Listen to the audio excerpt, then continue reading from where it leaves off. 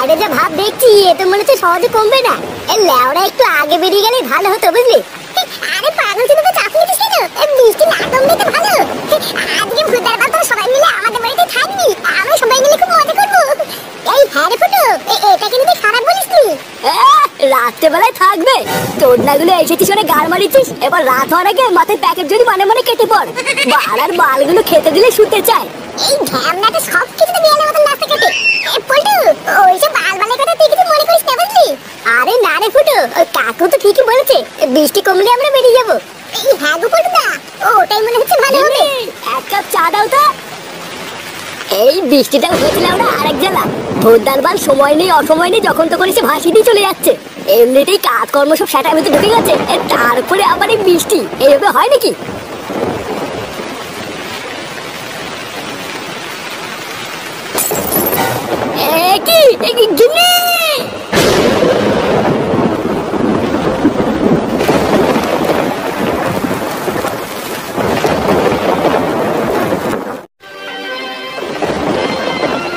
না এ বাড়া কি অলক্ষণী কাণ্ড। হঠাৎ করে গিন্নির কি যে হলো কিছু তো বুঝতে পারছি না। ওইভাবে হঠাৎ মাথা ঘুরে পড়ে গেল কেন? চিন্তা করুন না কাকু, ডাক্তার তো এসেছে, দেখবে সব ঠিক হয়ে যাবে। আরে সেগো যদি ঠিক ভুলের কথা কে ভাবছে? আমার গিন্নিটা যে কেন মাথা ঘুরে পড়ে গেল ওটাই তো আমি ভেবে পাচ্ছি না। গিন্নির বড় কিছু হয়ে গেলে আমি কি নিয়ে থাকবো? না না এ হতে পারে না। আরে চুদির ভাই ডাক্তারটাও হয়েছে আর একজন, লেওরা সেই যে ঘরে ঢুকলো এখনো তো বেরোচ্ছেই না। নান্টু বাবু একবার ভিতরে আসুন। চলো কাকু, ওই ডাক্তার ডাকছে। আরে এই তো নান্টু বাবু চলে এসেছেন। কি বুঝলেন ডাক্তার বাবু, আমার গিন্নি ভালো আছে তো? আপনি টাকা পয়সা নিয়ে একদম চিন্তা করবেন না, আমি যেভাবে হোক টাকা পয়সা ঠিক জোগাড় করে নেবো। আপনি শুধু আমার গিন্নিকে ভালো করে দিন ডাক্তার বাবু।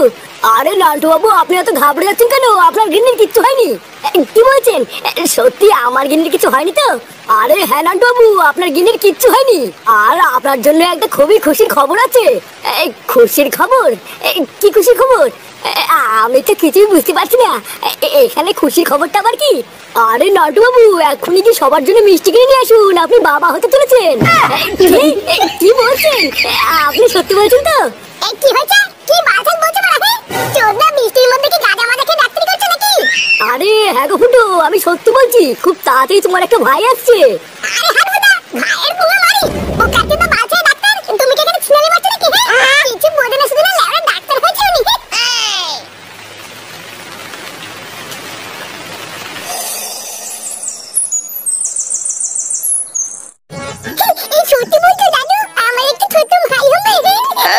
আরে ভাই না গো দাদু ভাই, ওটা হবে তোমার ছোট কাকা বুঝলে তো। আর কিছুদিন দাঁড়াও তারপরে দেখবে তুমি তোমার ছোট কাকার হাত ধরে রোজ স্কুলে যাবা। কি বলছো দাদু, তুমি সত্যি বলছো তো? আরে হ্যাঁ গো দাদু ভাই আমি একদম সত্যি কথাই বলছি। আমি কি আর এক ভুল বারবার করি? আমি তাহলে ওরা ঠিক করেই নিয়েছি, আমার ছোট ছেলেকে অনেক দূর পড়াশোনা করিয়ে অনেক বড় করব। পড়াশোনা করে অনেক বড় চাকরি করবে, এই গ্রামের লোকে আমাকে কত সম্মান করবে। বাড়া তোমার অজাত বাপকে জন্ম দিয়ে আমি যে ভুলটা করেছি ওই একই ভুলকে আমি আর বারবার করি? লেওড়া বুড়ো বয়সে পাকলে বাল তার দুঃখ চিরকাল। এইদিকে সব বাল ধরে ঘরের মাঠ হয়ে গেছে, আরে বুড়ো পটার রসই কমে না। চোদনা ঘুরি আমি বলে দিচ্ছি, ওইসব বাচ্চা যদি কোনোদিনই বাড়িতে এসে ওঠে না ভোদা রাত্রে বেলা লেওড়া টিপে মেরে দেবো। বাড়ার বাল পুরো গ্রামে আমার মান সম্মানে গুষ্টি গাল মেরে দিয়ে বুড়ো পটা এখানে বসে বসে স্বপ্ন দেখছে।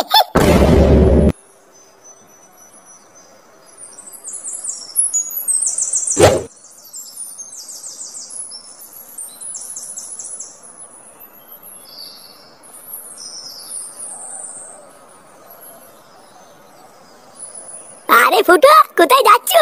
এই লেওড়া কোথায় আর যাবো, ক্লাবের দিকে যাচ্ছি। কেন কিছু বলবো নাকি? আরে কিছু বলবো আবার কি কথা, এত বড় একটা খুশির খবর, আমাদের মিষ্টি কই? মিষ্টি?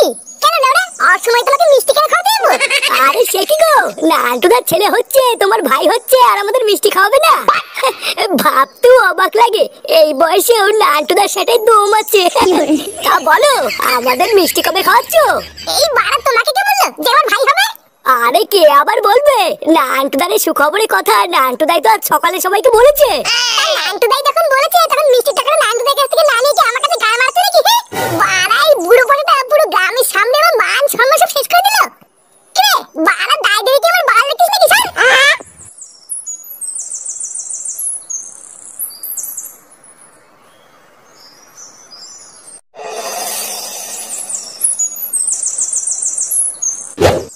যাই বলিস আর তাই বলিস, তোর বাপ কিন্তু এই কাজটা একদম ঠিক করেনি রে ফুটো। বাড়াই বাল পাকার বয়সে এসে বাবা হচ্ছে, পাড়ায় মান সম্মানের কথা একবারও ভাবলো না। তার উপরে আবার তোর ছেলে ফাটাও এত বড় হয়ে গেছে, তোর মান সম্মানের দিকে তাকিয়েও তো কাকু একটা কভার পড়তে পারতো নাকি? জানো বন্ধুরা, আজ সকালে তো আমার বাবা ফুটোর সাথে আমাকে মিষ্টি রান করে দিয়েছে। বলছে নাকি ওর সাথে মিশলে গ্রামের লোকজন আমাদেরকে দেখেও হাসাহাসি করবে। এই না রে ফুটো, ল্যাংচা কিন্তু এই কথাটা খারাপ বলিনি, যে শুনবে ফুটো সেই দাঁতকে নিয়ে হাসবে। সে তুই আমাদেরকে যাই ভাবিস না কেন ফুটো, কাকুর বুড়ো বয়সের এই পরিকল্পনা কি আমরা বালছে ক্লাবের সদস্যরা তুই নিন্দা জানাই? তোরা এমন ভাবে বলছিস মানে তো সব লজ্জা লাগা তোদেরই লাগছে, আমার ভূতের আবার কোনো লজ্জাই নেই। ভূতটা সারা গ্রামে ছড়িয়ে গেছে আমার নাকি ভাই হচ্ছে, লেওরা যে দেখতে সেই মিষ্টি খেতে চাইছে। চোদ্দাগুলো এইসব শুনে কি আমার লজ্জা লাগে না নাকি? এই সবই হলো তোর বাবার একটা চাল, বুঝলি ফুটো? আমি তো শিওর তোকে সম্পত্তির ভাগ দেবে না বলে কাকু রাতের অন্ধকারে এই চক্রান্তটা করেছে। আমাকে সম্পত্তি দেবে না? ভূতটা অত সহজ নাকি? পাড়ার বাবা আমার নাম যে ফুটো, এটা হয়তো তোরা ভুলে গেছিস। যদি কোনো চুতুর পুতুর দেখি বা যদি কোনো সম্পত্তি এদিক ওদিক হয় না, ওই বাপের পোতে তো আগুন ধরাবো, আমি সম্পত্তির গুষ্টি গুদ মেরে দেবো। তাহলে তুই একটা কাজ কর বুঝলি ফুটো, কোনো একটা অঘটন হয়ে যাওয়ার আগে তোর বাপের কাছ থেকে আজ রাতেই সম্পত্তির ভাগটা চেয়ে নে বুঝলি? হ্যাঁ রে, পোল্টটা কিন্তু এটা একদম খারাপ বলেনি।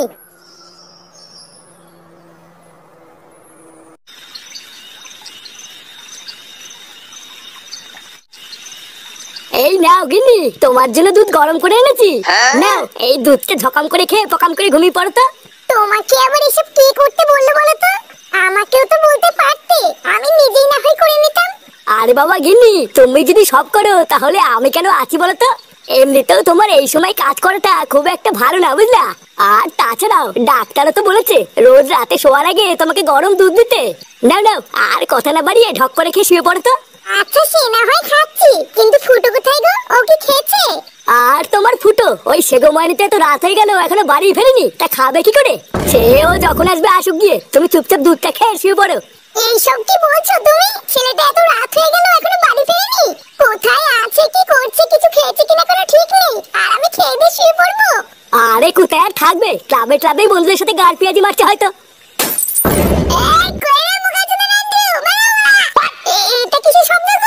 তুমি দাঁড়াও গিন্নি, আমি দেখছি।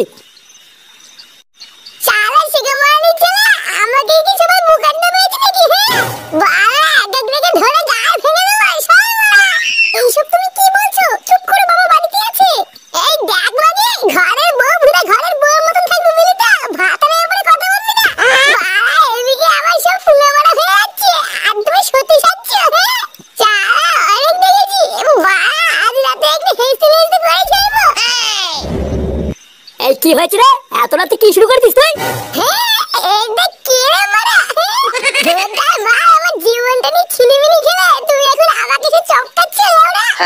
কি হয়েছে কি বলি তুই? কি হয়েছে বাল বাগা মেনছে, তুমি কিছু বুঝি না? আমার এই সম্পত্তির ভাগ চেয়ে বড় অনেক ঝামেলা হয়ে গেছে, আর না আমার ভাগ আমাকে বুঝি দাও, আমি চলে যাব। এই কি বললি? তুই সম্পত্তির ভাগ নিবি? হ্যাঁ ভুলে মাল নেব তো, আর যদি আমি আমার ভাগ নেব সব দুধ বেরোবো। আলা শুনে বাচ্চা, এখনো নাক টিপলে দুধ বেরোয়, তুই আমাকে গরম মারছিস? বোকা চোদা সেগো মারি ছেলে।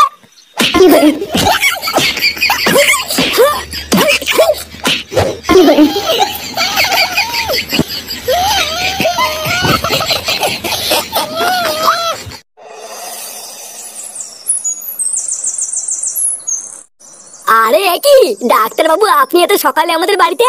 কালকে থেকে তো আমি আপনার কথাই ভাবছিলাম, আর দেখুন আপনিও চলে এসেছেন। আসলে নান্টু বাবু, আমি না আপনাকে একটা বিশেষ খবর দিতে এসেছিলাম। আরে ডাক্তার বাবু, আপনি আর আমাকে কত বিশেষ খবর দেবেন বলুন তো? সেই দিনকে রাত্রেবেলায় আপনার মুখ থেকে ওই খুশির খবরটা শুনে আমি যে কি খুশি হয়েছিলাম আপনাকে আর কি করে বলি। আর সেই খুশিতে খুশিতে আমি তো আমার সন্তানের নামও ঠিক করে রেখেছি। যদি ছেলে হয় তাহলে তো আমি ঠিক করে রেখেছি ওর নাম দেবো বদনা, আর যদি মেয়ে হয় তাহলে নাম দেবো পুটকি। আরে নান্টু বাবু, আমি কি বলছি আগে সেটা শুনুন। আরে আপনি এসব ছাড়েন তো, ওইসব তো পরেও হবে। চলুন চলুন ঘরে চলুন। আমার বাড়ি পর্যন্ত যখন এত কষ্ট করে চলে এসেছেন তখন আমার গিন্নিকেও একবার দেখে যাবেন। আরে বাবা আসুন না ডাক্তার বাবু, আসুন আসুন আমার ঘরে আসুন। এই তো এটাই আমার ঘর, আসুন আসুন। এই কি হলো মানে এত সকালবেলা আবার কোন খাটে চলে আসলো? না দেখতে হচ্ছে তো। আরে নাটু বাবু, আপনি খামোখাই উত্তেজিত হচ্ছেন। আমি একটা বিশেষ খবর দেওয়ার জন্য এতদূর ছুটে আসলাম, আর আপনি তো আমার কোনো কথাই শুনছেন না। খবর? কি খবর? আসলে নান্টু বাবু সেদিন রাতে মেশিনে একটা বিশাল বড় সমস্যা থাকার জন্য একটা ভুল হয়ে গেছে। তাই আমার মনে হলো এই খবরটা আপনাকে তাড়াতাড়ি করে জানানো দরকার। কি বলছেন? মেশিনে সমস্যা ছিল মানে? আর কোন খবর দেওয়ার কথাই বা বলছেন? মানে সত্যি বলতে নান্টু বাবু, আপনার বউ প্রেগনেন্ট না? আসলে সেদিন রাত